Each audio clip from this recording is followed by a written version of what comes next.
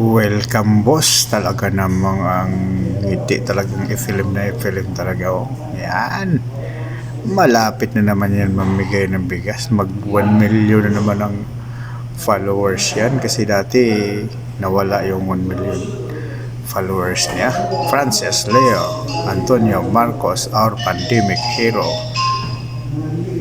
Welcome back boss. Yun, pangiti-ngiti lang ang pogi naming idol. Yun ang Jesus namin sa panahon ng pandemic mga kapatid.